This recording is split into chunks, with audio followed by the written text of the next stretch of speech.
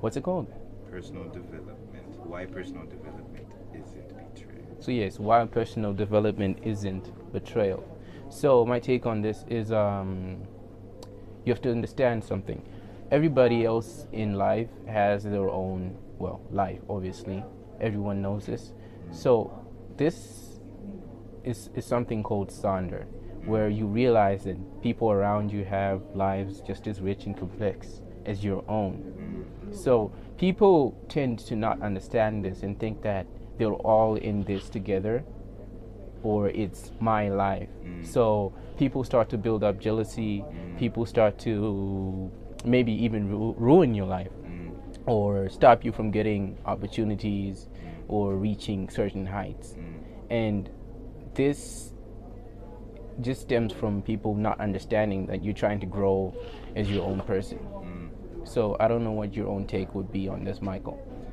My take on this, that's actually very interesting because I think I've actually experienced it quite some times, multiple times through my life, where I've been in situations, maybe in school or at home, or I'm talking with friends, right? And then something just feels off. I don't know if you've ever had the feeling where you're talking to someone and then something just feels off. It's not school or home or where you are. Yeah. It's the person that you're talking to. You feel like your your paths are they're separating. They're going differently. Like the things that you used to be interested in, that they are still interested in, are no longer your interest. So you feel like you're no longer moving forward as two individuals. You feel separated, disconnected. Right? So, and I would actually like to talk about this. Personal development isn't betrayal because everyone says their own paths in life, right? People will like certain things, they will like different things. You and me will have different likes. It's like how I like Dragon Ball. I really love I really love Dragon Ball, right? You could be someone who likes Harry Potter or the Star Wars series, right? We have different opinions of what's your favorite show, right? But I will not stop saying Dragon Ball is my favorite show just because I am my own person. And I will not hate on you because you say Star Wars is your favorite. That's what you grew up watching, right? So it's your favorite. So people need to learn that when we say you outgrew a person, it doesn't mean that you've become better than them, right? It just means that you came to a point where you now have different interests, values, and paths that you want to take. Yeah. So that's my take on it. People just have to learn that growing as a person and doing different things doesn't mean that I'm betraying you. It's not betrayal in any way. I don't know. Have you ever had the situation where you just felt like disconnected from your friends or whoever it was that you were talking to that you had known for a long time? Oh yes, yes. I've had this situation with some of my old friends from my previous high school. So what happened was every day we would meet at school, we talk, we'd laugh, joke around, just have fun, the same thing that you would do with your friends, right? So what happened was I didn't know that at some point we would separate. I thought this was gonna go on forever. Well, not exactly forever, but you get what I'm saying, right? So I switched schools and we started to talk less. And after a couple of months, I started hearing things from him saying that life hasn't been as much ecstatic or having that flair, I suppose. So he still thinks that back then is when it was at its top rather than now and here. So I'd say he hasn't had his own personal development. Some people have this hate or anger, they think that it's betrayal because they haven't moved from where they are. Yeah. Wow. So they're at a standpoint. They're at a standstill. So all they can do is look up and think that you're leaving them. Wow. It actually, wow. That actually reminds me of another story that happened to me when I was with my old friends. When I decided to take up on this healthy life thing, I started rejecting certain foods and certain juices. I was taking care of my body, so I was becoming conscious of what I'm taking in my body. So I used to have friends that I would go out with. Yeah. And one time we were going out, we were traveling down the road, and we hadn't eaten for hours. Yeah. So they were like, let's stop to get something to eat. And I was like, okay. And then they were like, we're gonna get takeaway for everybody, right? And I was like, no thank you. I think I would rather have something a bit more with less calories, less sugars and all. And they were like, oh. So they were surprised. No, they people kind of chastise you for what you're doing. So they were like, oh, since when did you start doing that? So what you're saying is they noticed that you were being different from them? Yeah, and then they go, okay, so you're saying you're too good for this food now. You're too good for us, for what we used to do, right? And I was like, no, this is literally has nothing to do with you guys or the things we used to do together. But I'm saying that I am becoming more aware of what I'm putting in my body, and I do not want to eat takeaway. We had an argument about that, and it actually went on deeper than that. But at the end of the day, I told them I'm not eating that, and I did not eat that. And gradually, me living this healthier lifestyle, it started spacing out those friends. We started getting a distance between us. We would end up they would invite me out on weekends, and I would say no thank you. Up until they just stopped. They just knew that I would refuse this, and we started growing apart. So me choosing a healthier lifestyle had become something of the sort of, I am betraying what we used to be, right? What our friendship used to be. But this literally has nothing to do with our friendship. It's just that I found a path that I wanted to take. And they thought that path seemed like me saying, I don't want to do this anymore because it's a poor life, it's a bad life, and I'm just saying, I'm not saying stop eating that stuff. If you're gonna eat it, but don't expect me to be involved with you. Yeah, people will always score in something if it's something new that's happening. So my question is, do you feel like these people were weighing you down in some sort of way? Wow. Okay. Or is that too deep of a question? Okay, no, I like that question. Ooh, the way you phrased it. So, here's something that people don't get about personal development. It's not about being better than anyone. It's not about being better than anyone at all.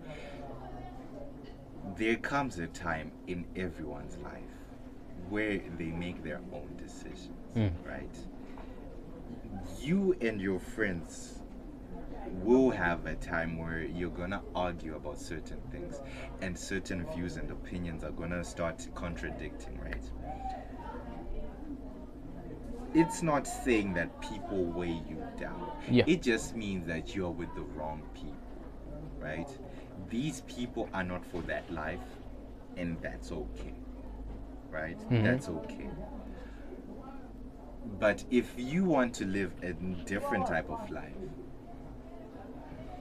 and they don't fit in with that life, they are going to weigh you down, and they are going to have you doubting yourself. If you feel like you're in an environment where you have to doubt your own hobbies or the paths that you're taking and the decisions that you're making, just because your friend said this and this and this and this. Yeah. I'm sorry to say, but you're in the wrong environment. Now, a lot of people in high school, they like to believe what you just said when you were telling me your story, that high school should remain the same forever. The lifestyle we're living should remain the same forever. That is very unnatural, because as humans, we are built to grow. You are not the same person you were 5-10 years ago. You were a child, a toddler running around. But look at you now. You are a giant, big old man. Yeah. You're a big old man. Yeah. You are not the same. That is how lifestyle works too. You are going to grow. You are going to outgrow people. And it's not because you're better than them, but you are making your own choices. So that's my take on that. It's not that they were weighing me down, but it's just that I was with the wrong set of people for the life I wanted. You'd say you were in an environment that didn't feel right. It wasn't my environment. It didn't work for me at all. I don't know. Have you had a plateau where you were, maybe I've seen you're into fitness and taking care of yourself and grooming. When you enter that market, I'm going to call that a market because I do business studies. When you enter that phase, let's say I would talk about your hairstyle. When you got your hairstyle, did you face any resent or people asking you lots and lots of questions? Yeah, Michael likes to talk about my hairstyle for some reason. Yeah, I like to talk about it because it's very interesting to me. I like his hairstyle. I think it suits him. Okay, continue. Right? So when you got into this people our age like to call it a glow up. We have a friend, his name is Ishmael. He's also I'm sorry, but whenever I think about Ishmael, I just laugh. Because he's just a funny human being. I love him as a friend. I love that guy. Right? He was always talking about, hey, that's a glow up. That's your glow up, boy. And I'm like, what's a glow up? Then he's like, it's a phase where you go from being slightly below average to being above average. So did you face any resent or backlash for when you started to change yourself from the hairstyle to the body to the way you dress or the way you talk? I can see you fishing for something here when you say backlash. So so what Michael's asking is, was there a change in people approaching me? Yes, to an extent. Yes, there were people. And how'd that go? How did you take it, and how did they approach you, and then how did they treat you differently, and how did you handle it? Well, at first it was just peaceful, silent, until eventually after it was just a rush of people trying to talk to you, people trying to be cool with you, people just trying to know you, people just wanting to say they know you.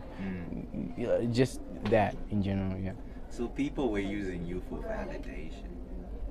If you say it like that, Wow. Because I know a lot of people talk about the cool kids and stuff. Would you consider yourself a cool kid? To be honest, no. I am what I am. You're just living your life. You're just going through the life with your own flow. Wow, I love that. What about when you entered into the fitness? When you started changing your routines and the things you eat and even the way you act. What about that? What did you face? What challenges did you face? To be honest, there weren't really any challenges. I was more of a bit of a shy person, a bit more confidence, a few push-ups, and I'm pretty much, I'm alright. I'm good. Wow. Thank you. And we'll be right back after the commercial break. Thank you for tuning in. This was Tour for the World podcast. We'll be back after the commercial break.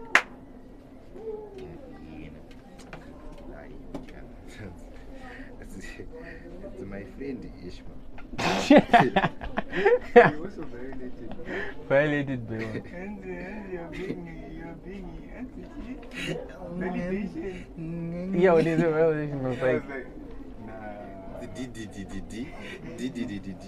like, let's continue. Okay, so it got me thinking. This is actually interesting.